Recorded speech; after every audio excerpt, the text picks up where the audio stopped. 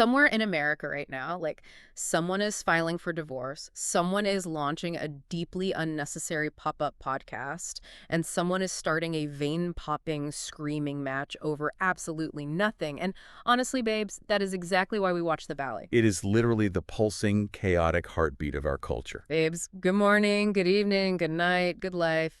Babes, we love you, and thank you for being here. We are so ready to get into this mess. We love you, Snark Squad. And before we unpack the absolute psychological warfare of this week's television, I have to make a confession. Oh, boy. You all need to know that we are officially in our sports era. We are. And frankly, no one on this entire planet is more surprised than me. Like, I don't even know who I am anymore. I am still in shock because, babes, I literally just came from rec basketball. Sweating. We played this evening. It is Game 7 of the season, and yes, I need you to know that we are both still incredibly, undeniably bad. Well, like aggressively untalented. I completely reject the premise that we are bad. You cannot deny the score. I think we were just playing, a highly avant-garde version of the game. Oh my gosh. But I will admit, the level of delusion happening on that court is something that needs to be studied by behavioral scientists. Because you are out there celebrating every single successful, basic dribble. Hey. Like, you just stood on the podium and won an Olympic gold medal. Because it's hard. You bounced the ball twice without it hitting your own kneecap, and you look around expecting, like, a ticker tape parade. Because it is a triumphant achievement, babe. The ball is bouncy, the floor is slippery, there are aggressive people running at me. Right. When I cross half court without getting called for traveling, I expect a standing ovation. You really do. But we have to talk about your defense mechanism on the court because I'm losing my mind. What do you mean? Whenever you take a shot and it misses the backboard, completely literally sailing into the folding chairs, Okay, wait. you insist on calling it an artistic choice. Because it is about subverting expectations, friend. Throwing it out of bounds is not subverting expectations. Everyone expects the ball to go through the hoop. That is pedestrian. When I throw it at a 45-degree angle toward the scorer's table, I am making a statement about the futility of modern athletic constraints. You are making a statement that you lack upper body strength. Wow, okay. But honestly, I think our entire team's hype and delusion are significantly stronger than our actual skill level. Oh, 100%. We are running entirely on sheer, unfiltered confidence. Yeah. The other teams have offensive plays and, we have vibes and vocal fry. Exactly. And somehow that confidence is the only thing keeping us from totally collapsing.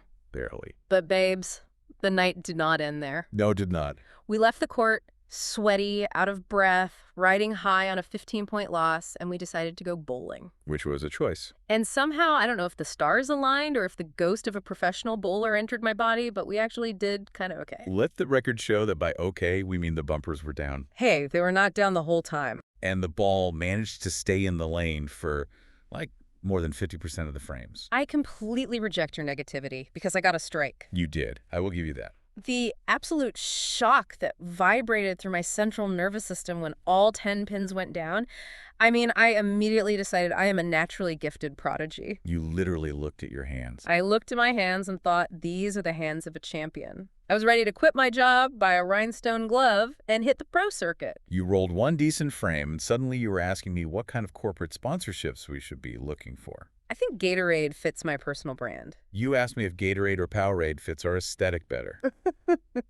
One strike. And you think we were basically touring professionals. I just feel like I have finally found my calling, and it is sending me into an existential crisis. Is bowling my entire personality now? It might be. Am I a bowling girly? Yeah. Do I need to start saying things like, spare me, ironically? Please don't. We spent 30 minutes fiercely debating whether ordering custom bowling shirts is an unnecessary expense or a completely necessary lifestyle investment. For the Snark Squad listening, please weigh in. Yeah. Because I firmly believe that getting matching silk bowling shirts with our names embroidered over the front pocket in a retro cursive font is an absolute financial necessity. It is a tax write-off for morale. I want mine to have flings on the bottom. Obviously. But honestly, transitioning from our athletic delusions to the real world, we actually had an amazing day before all this sports madness. We really did. So we both got off work early today. Some are respective dental clinics. Because yes, Gibbs, your favorite reality TV snarkers are also making sure your gums aren't receding during the day. Floss. And it was a fantastic day. A truly pristine day in the world of dentistry. The highs were so incredibly high today. First of all, a sweet angel of a patient brought homemade cookies for the front office. Oh my gosh. And do you understand what sugar does to a dental office? We act like we hate it. We preach about enamel all day long, but behind the desk, we become feral animals for a chocolate chip cookie. Completely feral, like throwing elbows near the sterilization room. Exactly. But for me, the absolute peak, the sheer euphoria of the day, was finally finishing all my charting and paperwork before lunch. Wait, you finished before lunch? Before lunch. I looked at the clock, my notes were signed, the codes were in, and I felt like a god among mortals. That is the ultimate flex. I am actually jealous, but there's also the hilarious realization that I accidentally matched scrub colors with my coworkers today. Seal blue. Yes, we all walked in wearing that exact shade of seal blue, looking like a highly coordinated boy band. I love that. We didn't plan it, but we immediately started acting like we were starring in a medical drama, walking down the hallways in slow motion. The aesthetic was correct. Plus, having a perfectly smooth, no-show appointment schedule. Unheard of. Not a single double booking, not a single emergency root canal that completely blows up the afternoon. Perfection. It is the best feeling. Realizing that just leaving work 1 hour early makes the entire week feel 100 pounds lighter. It really does. I was sitting in my car at 4 p.m., the sun was still shining, and I spiraled and thought, wait, is this what work-life balance actually feels like? Right. Do people just walk around feeling this free all the time? It is a dangerous feeling, babe. We might get used to it. Too used to it. But listen, babes, enough about our own athletic careers and our dental triumphs. Let's get into it. Let's get into the mess. Let's get into the valley. Because episode 11, Friendships Shaken, Not Stirred, just aired. Shook me to my core. The absolute chaos that unfolded is something we need to dissect with a scalpel. My jaw was on the floor for the entire 60 minutes. We have to start at the farmer's market because this scene felt like a literal fever dream. Truly. We have Kristen, Luke, Jesse, and Lacey, and they are hanging out by the pickle stand. But before we even get to the pickles, we have to talk about what Kristen was consuming. The beverage.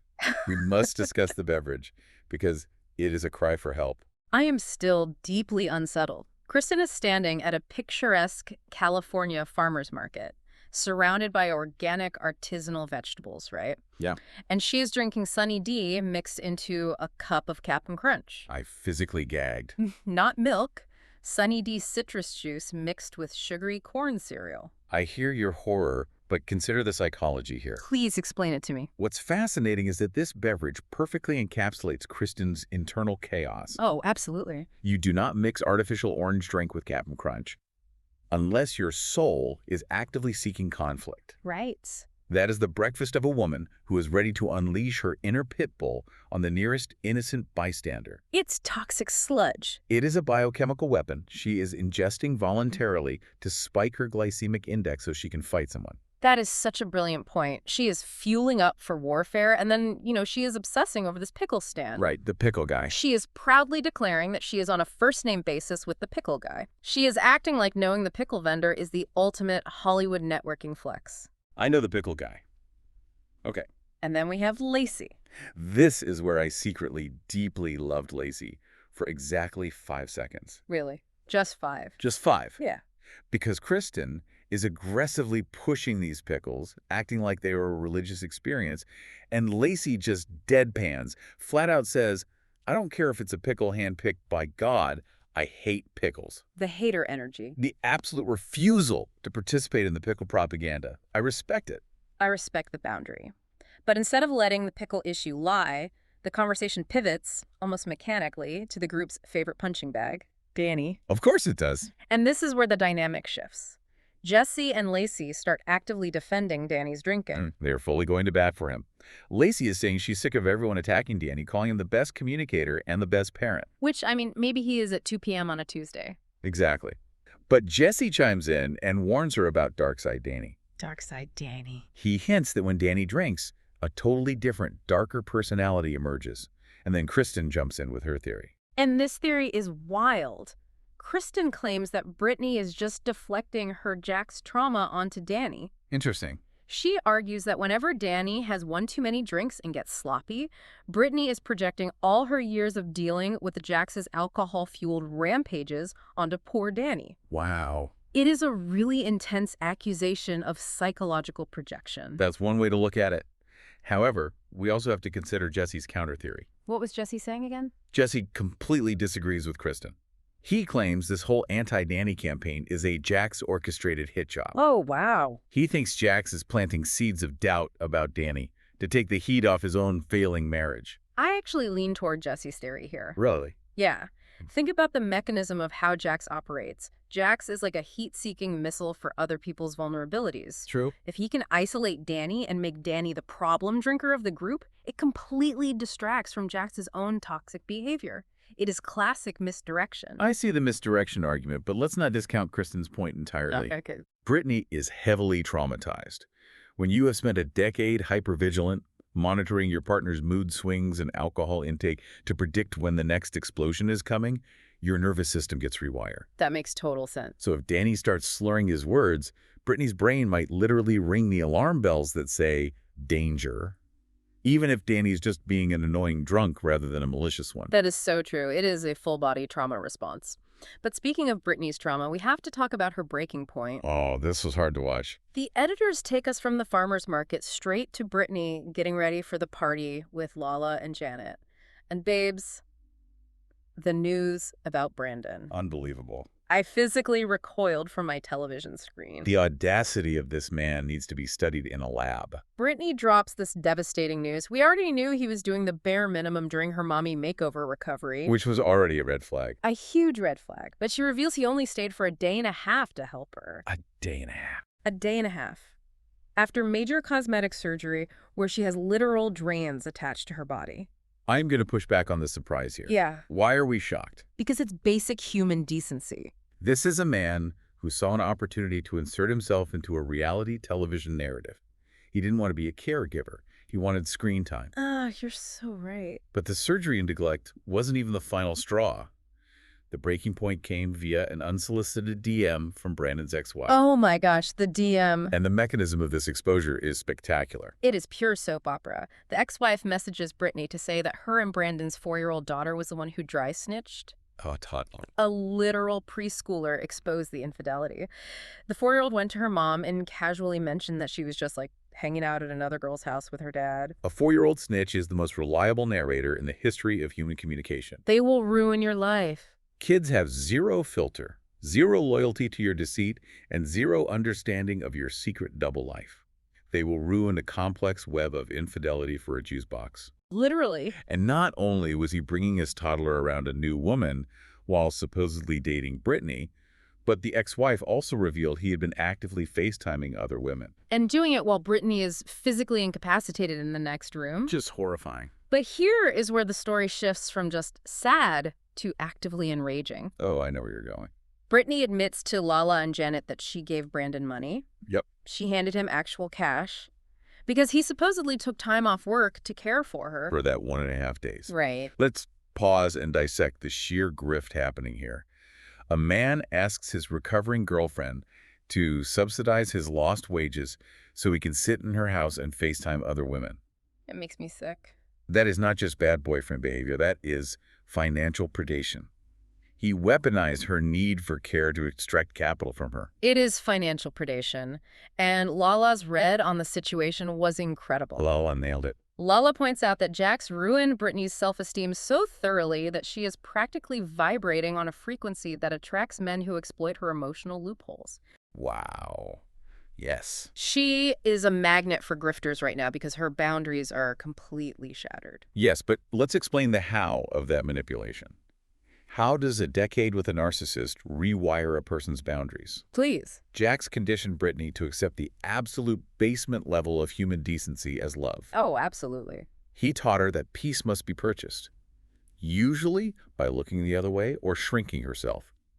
So when a guy like Brandon comes along and does 10% more than Jack's, which is still a failing grade, her conditioned brain registers it as a grand romance. That is so depressing. She views financial transaction as a substitute for emotional safety. She thinks if I pay him for his time, he will stay and I will be safe. That is so incredibly sad, but so accurate. She is trying to buy loyalty because loyalty was never freely given to her. Exactly. She needs to be single. She needs to go to a spa, block every man in a 50-mile radius, and do some serious neurological repaving. Agreed. Now, speaking of intense financial burdens, we need to transition to a completely different type of stress. Sure. Let's talk about the 100K Club.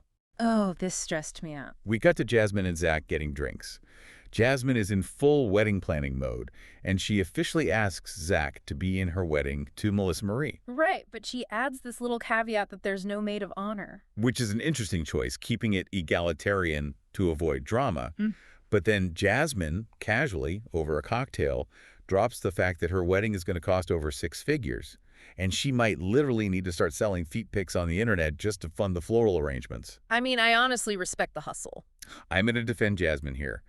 The modern gig economy requires flexibility. Exactly. If a high-arched instep can pay for a premium open bar, who are we to judge? Not me. Weddings are outrageously expensive, and she is just acknowledging the capitalistic reality of throwing a Bravo-adjacent wedding. I totally agree. But while Jasmine is stressing over centerpieces, Zack opens up about his own absolute financial nightmare. And babes, my heart went out to him. It was rough. He tells Jasmine that he learned his boyfriend Benji's H-1B visa process requires an unexpected $100,000 payment. $100,000, just out of nowhere. I gasped. And listen, we are staying completely neutral on the politics of the U.S. immigration system here. We are not policy analysts, and that is not what this show is about. No, not at all. But purely from a human, factual, emotional standpoint, we have to talk about the stress of that number. The panic in Zack's eyes was so real. He is openly questioning how they can possibly make this relationship work long-term when there is this massive 6-figure dark cloud hanging over their future. Right. He wants to build a life with Benji, but how do you plan for a future when the entry fee is suddenly 100 grand? Let's briefly explain the mechanics of why these costs spiral so out of control, because people might hear 100K and think it's just a filing fee. Right, like writing a check to the government. It is not. The H-1B visa process is a labyrinth.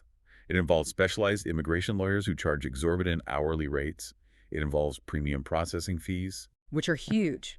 It often involves suddenly getting a request for evidence from the government, which means your lawyers have to spend another 40 hours drafting hundreds of pages of documentation to prove you deserve to be here. Oh my gosh. The financial burden isn't a flat rate. It is a ticking clock of billable hours and certain bureaucratic hurdles. Thank you for breaking that down, because it makes Zack's sheer terror so much more understandable. It's an unpredictable financial sinkhole. It really is. And what does Zack do to cope with this paralyzing stress? He does what any rational reality television star would do. Obviously. He decides the best way to handle impending financial ruin and deep existential anxiety is to invite this highly volatile, deeply fractured group of friends on a massive joint birthday trip to Mexico. Because obviously trapping everyone in an all-inclusive resort where they cannot escape each other is the cure for anxiety. A foolproof plan? What could possibly go wrong? But before we even get to Mexico, we have to survive the main event of this week. Tom Schwartz's 007 Stairmaster Party. Calling it a party is a generous interpretation of the English language. It really is. Let's talk about the architecture of this venue.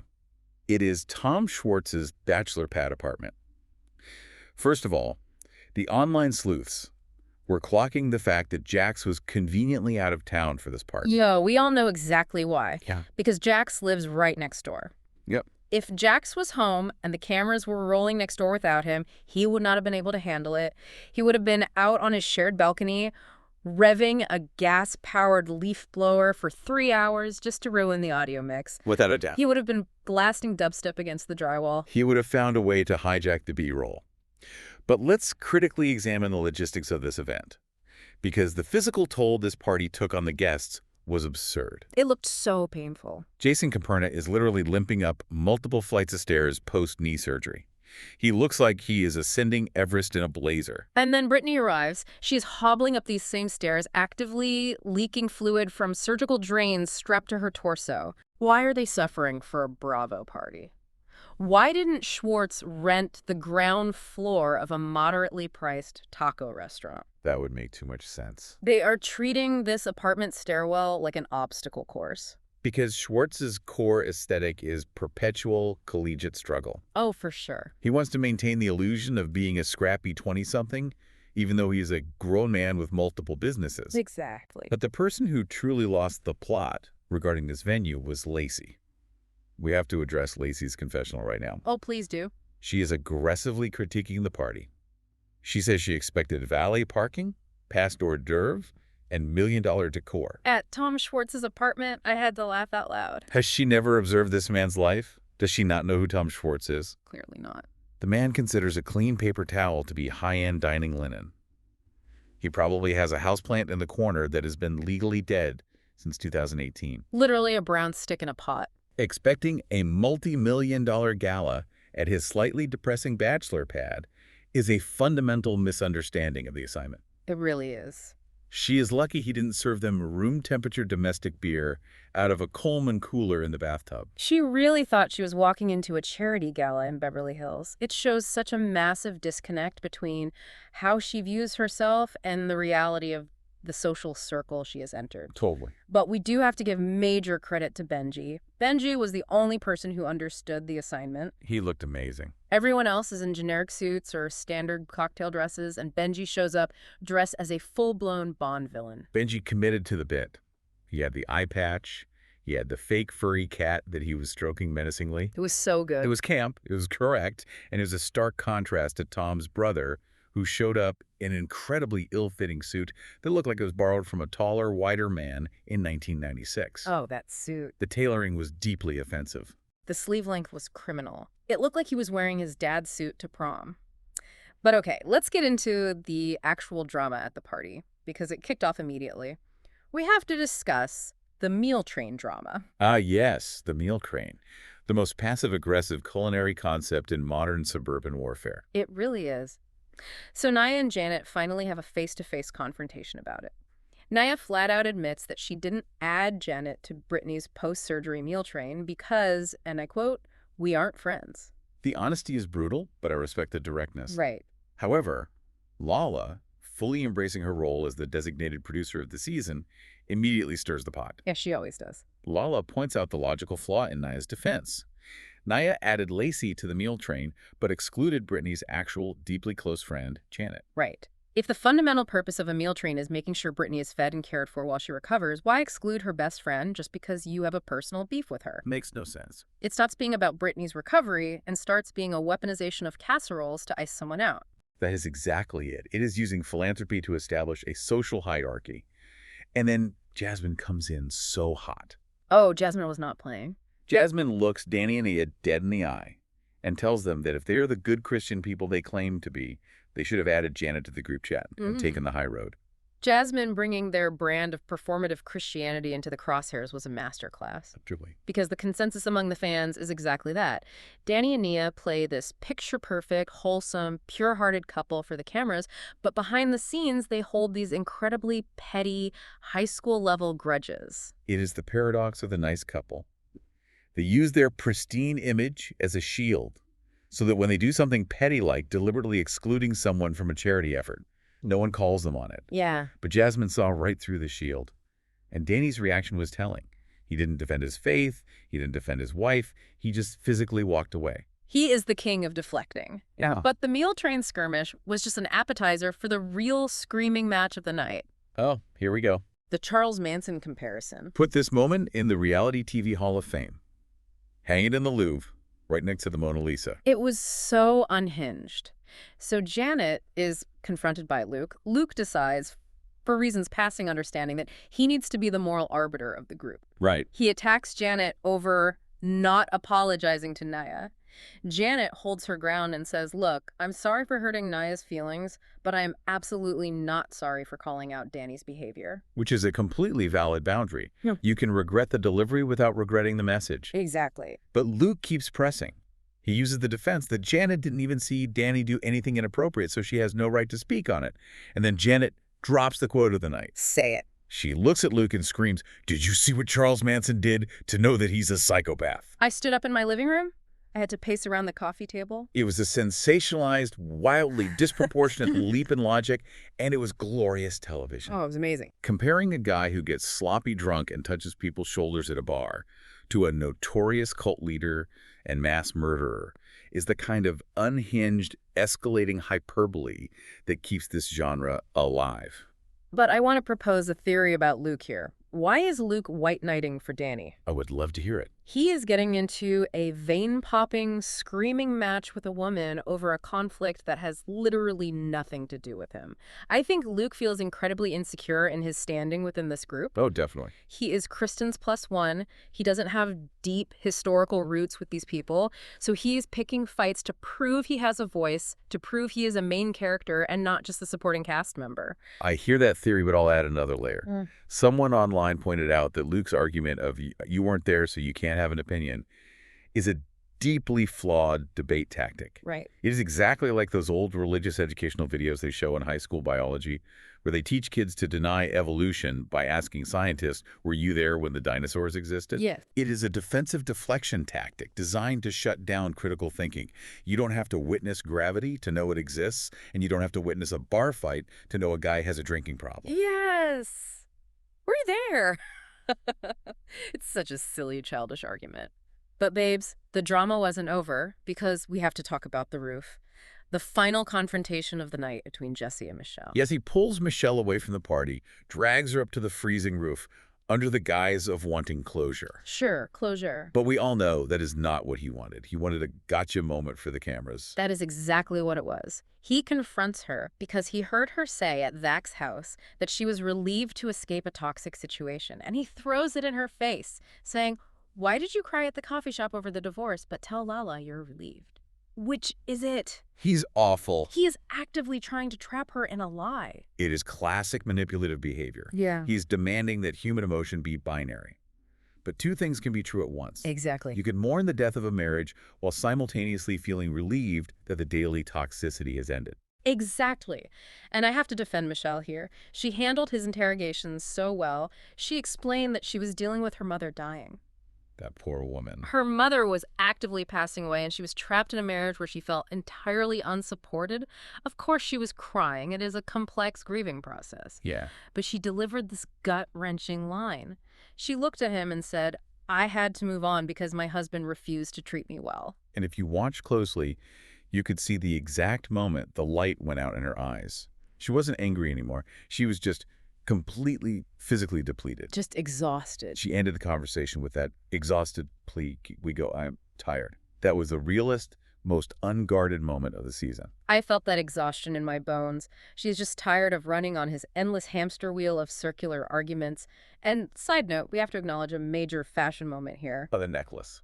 Michelle took her wedding ring, dismantled it, and had the diamond reset into a necklace that she wore to the party. That is iconic divorced woman behavior. Let's analyze the symbolism of that necklace. Converting a symbol of matrimonial bondage into a literal diamond choker, it is alchemy. Absolute alchemy. She took a sunk cost, a symbol of a failed promise, and made it a liquid asset of empowerment that she wears against her throat. It is a brilliant psychological power play. It is. But speaking of assets and power plays, let's bring in the online gossip, because the digital sleuths gave us the missing puzzle pieces to this whole Jesse, Michelle, and Lacey dynamic. Yes, they did. And it explains everything. The finances. We have to follow the money. So we finally learn why Lacey is so hesitant to marry Jesse. It is not just because she wants to take things slow and protect her heart. No, it's not. It is because of the alimony trap. Let's explain the legal mechanics of the alimony trap, because this is crucial context. Alimony is not just a free monthly check for life. Right. In California, spousal support is often tied strictly to marital status or cohabitation. The moment Lacey signs a new marriage certificate, the spousal support from her previous marriage evaporates completely. Poof. Her stable cash flow dries up by law. She is doing the math. Why give up a guaranteed six-figure annual stipend? That makes perfect business sense for her. But then Michelle drops a nuclear bomb. And a bomb. Michelle reveals that the reason Jesse is pushing so hard and why he is so obsessed with locking Lacey down is because Jesse is secretly drowning in debt. Oh, the tea is piping hot. Michelle alleges that Jesse took out a $300,000 SBA loan during COVID behind her back, and he is looking at Lacey as a financial safety net. He wants to marry into her alimony money to pay off his bad business debt. This is where we need to break down what an SBA loan actually is, because the show throws these terms around without explaining the gravity. Please do. During COVID, the government handed out economic injury disaster loans through the Small Business Administration. The EIDL loans. Right. But they were not grants. They were not free money. Mhm. If you took over $200K, they come with a personal guarantee. Oh, wow. That means Jesse's personal assets, his house, his bank accounts are on the line. And guess what? The pandemic grace periods are over. The bill is due. The principal and interest payments are due. He is staring down the barrel of massive monthly payments for a business that might not even be cash flowing. Oh my God. So when he looks at Lacey, he doesn't just see a girlfriend. He sees a corporate debt restructuring plan. He sees an angel investor to bail out his failing portfolio. That is so dark. This completely changes the context of him playing the perfect, doting boyfriend on camera. He is securing a bag. He is treating her like a walking ATM. Which, frankly, brings us to the most important part of our chat today. We need to transition to our post-recap debate, because there is a massive theme running through this entire week. The theme of financial parasitism. Yes. Between Brittany actively handing cash to Brandon while he does the bare minimum, and Jesse allegedly eyeing Lacey's stable cash flow to bail out his $300K debt. We need to ask the Snark Squad, and we need to debate it right now. Should women be funding men's lives? Let's get into it, because I know exactly where you stand, and I am prepared to dismantle your argument. I know you are going to come at me with your feelings, but I am prepared to dismantle you. I know you're going to come at me with your ice-cold, practical spreadsheet logic, but from my perspective, the heartfelt, messy perspective, love means supporting each other. Period. I reject that premise entirely. No, listen to me. Sometimes people go through hard seasons. Life is not a perfectly balanced ledger. It's not a charity either. Maybe he took out a bad business loan during a global pandemic when the economy was shut down. Maybe he is going through a career transition and needs a minute to find his footing. A minute is fine, 10 years is not. Relationships are not always a rigid 50-50 split. Sometimes it is 80-20. Yeah. Sometimes you have to carry the weight while your partner heals or rebuilds. Building together from the ground up can be a really beautiful bonding experience. It creates deep trust. Babes, absolutely not. Get a job. You are so ruthless. You have no romance in your soul. I am practical. Emotional support is free. Holding his hand while he cries about his SBA loan is free. Listening to him vent about his career transition is free. But rent is absolutely not free. Romance should never, under any circumstances, require a direct deposit. But what if you are making significantly more money? Say I get a huge promotion. Is it fair to hoard your wealth and live this luxurious life while the person you love is struggling to pay for groceries? Yes. No. I think paying for dates or supporting their dreams are acts of love. It is not a transaction. It is a partnership. I hear your point about partnership, but consider this. Yeah. It becomes a transaction the second he starts expecting it. Or worse, feeling entitled to it. Okay, that's true. Women, historically and especially in this Bravo sphere, get financially drained by treating men like projects. Look at Brandon. He's a project. Jesse is a project. Hey, they are massive projects. Women pour their time, their emotional labor, and their actual hard-earned cash into these men, hoping they will eventually reach their potential. And what happens? What happens? They use your Wi-Fi to FaceTime their ex-wives. They use your capital to fund their double lives. They rarely return the favor. Okay, I see the danger there. But let's look at specific everyday scenarios. Who pays for dates? If I invite a guy out to a nice Michelin star restaurant because I want to go and I know he can't afford it, shouldn't I pay? If you invite, you can pay. That is etiquette. But if you are paying for every date because his freelance DJ career hasn't taken off yet, you are a sugar mama. Wow. You are funding a lifestyle he cannot sustain on his own merits. Okay, what about moving in together? Say he makes half of what I make. Is it wrong to split the rent proportional to income, so I'm paying 75% and he pays 25%? Proportional rent is a mathematically sound strategy, I will concede that. See. But covering all the bills while the other person pursues their passion, babe, passion does not keep the lights on. If he wants to pursue his passion, he needs to drive an Uber on the weekends. He needs to bartend. Where is the actual line for you then? Where is the line between being a supportive, loving partner who lifts someone up and being a human ATM? The line is drawn The moment your financial contribution is required for him to maintain his basic survival, while he makes zero effort to change his situation. Okay, I can agree with that. Brandon did not want a partner. He wanted a registered nurse with a checking account. Jesse does not want a wife. He wants a debt consolidation plan. If a man is resting comfortably in his stagnation because your paycheck makes it possible, you are an ATM. Okay, I concede your point with Jesse and Brandon. They are definitely exploiting the women in their lives, but I still believe that in a healthy, reciprocal relationship, money should be fluid. Fluid money is gone money. If you truly love someone, their debt is your debt. Their success is your success. I'm calling your financial advisor tomorrow morning and having your accounts frozen. You are a danger to your own 401k. I just believe in love. But we can agree to disagree. I know the Snark squad is going to have fierce opinions on this in the comments, so let's keep it moving. It is time for our favorite part of the show, the segments. Let's do it. Segment number 1, Delusion of the Week. We must each nominate and passionately defend a cast member based strictly on the events of this week. Oh, I am so ready. I am nominating for biggest overreaction. Let's hear it. And my nominee is Luke. Luke screaming at Janet over a metaphorical Charles Manson comparison is the peak of delusion. It really was wild. He was acting like Janet literally accused Danny of first-degree murder. He completely missed the rhetorical point she was making just so he could flex his vocal cords and play the hero. It was such an explosive overreaction to a conversation he wasn't even originally part of. That is a strong nomination. But for biggest ego, I have to nominate Jesse. Always a safe bet. The absolute arrogance required to pull Michelle onto a freezing roof, pull her away from a social event, just to stroke his own ego. He didn't care about her feelings. No, he didn't. He didn't care that she was actively grieving the loss of her mother. He just wanted to secure a gotcha moment on camera so he could look like the victor in the divorce narrative. He completely ignored her humanity because his ego needed a snack. Yes, the ego was suffocating the entire scene. Okay, my next nomination is for biggest excuse. And the award goes to Brandon. Claiming he had to take time off work to care for Brittany, using that excuse to actively extract cash from her while secretly FaceTiming his ex and building a roster of new girls. So gross. The excuse that he was acting as her devoted caretaker while he was essentially running a digital dating service out of her guest bedroom? It is a disgusting, manipulative delusion. Truly vile behavior. And finally, for biggest main character moment, it has to be Lacey. Oh, yes. Expecting a multi-million-dollar valet service gala at Tom Schwartz's slightly depressing bachelor pad.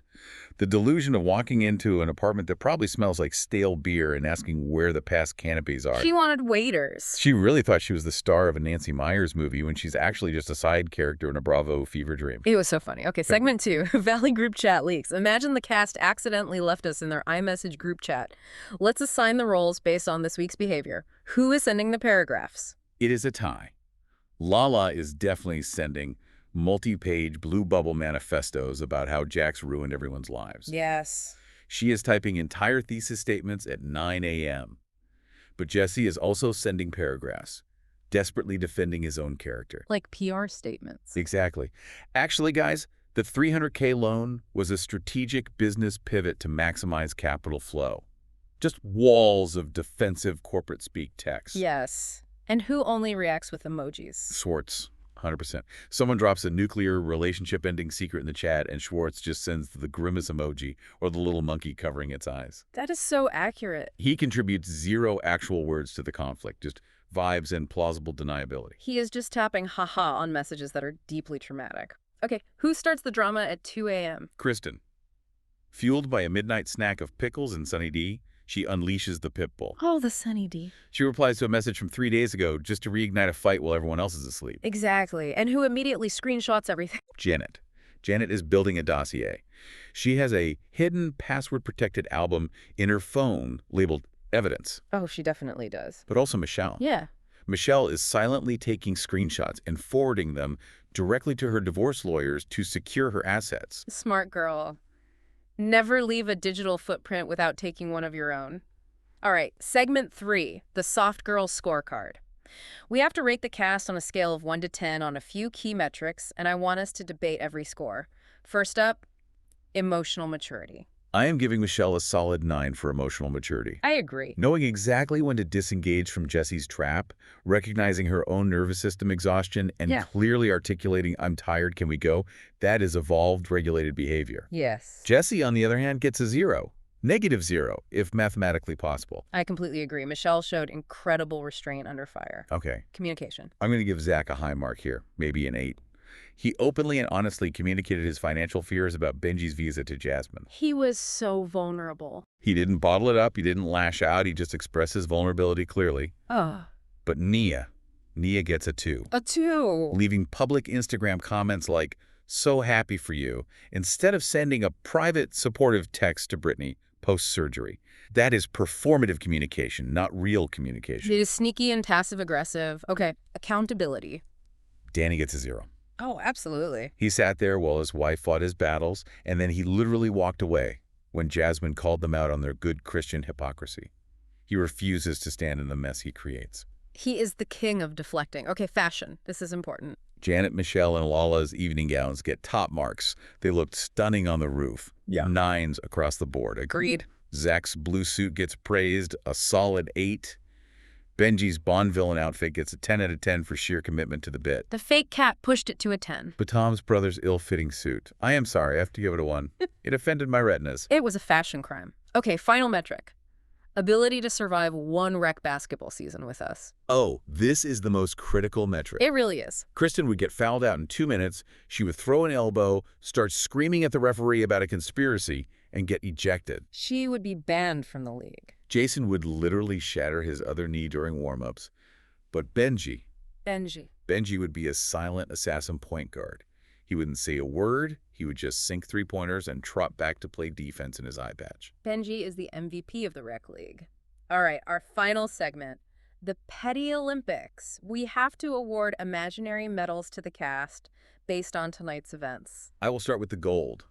The gold medal in holding grudges goes to Nia. Hands down. Keeping Janet off a meal train that was meant for a recovering friend simply because we aren't friends over an argument that happened months ago.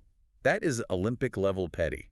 She put her grudge above her friend's nutrition. It is ruthless. Okay, I am awarding the silver medal in being delusional to Lacey for her James Bond party expectations, but more importantly for thinking Jesse won't eventually come for her alimony. Oh, the delusion is heavy. The financial delusion is staggering. And the bronze medal in stirring the pot. It has to go to Kristen. She takes boring conversations about pickles and farmers markets and forcefully escalates them into theories about trauma deflection just because she can. She enjoys the chaos. She really does. She is the conductor of the Chaos Express. Babes, this show gave us absolutely everything, but as we wrap up, we have to turn it over to you. We need to hear from the Snark Squad. Yes.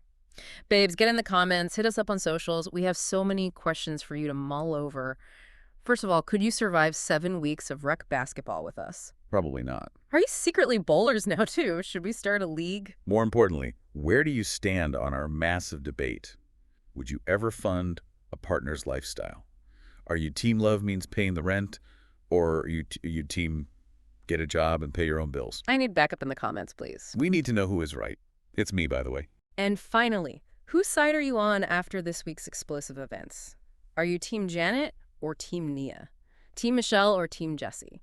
We want to hear all your messy, unfiltered opinions. Thank you all so deeply for listening, babes. You make this so much fun. Please remind yourselves to like, comment, subscribe, and share this with another Bravo-loving bestie. The bigger the squad, the better the snark. And before we go, I just want you to picture something. What? Picture Tom Schwartz waking up tomorrow morning, looking around his apartment, stepping over a crushed plastic cup, looking at his dead houseplant, and wondering how his 007 birthday party turned into a divorce mediation clinic and an immigration stress support group. Stay messy, babes. Stay competitive. And we'll see you on the snark side.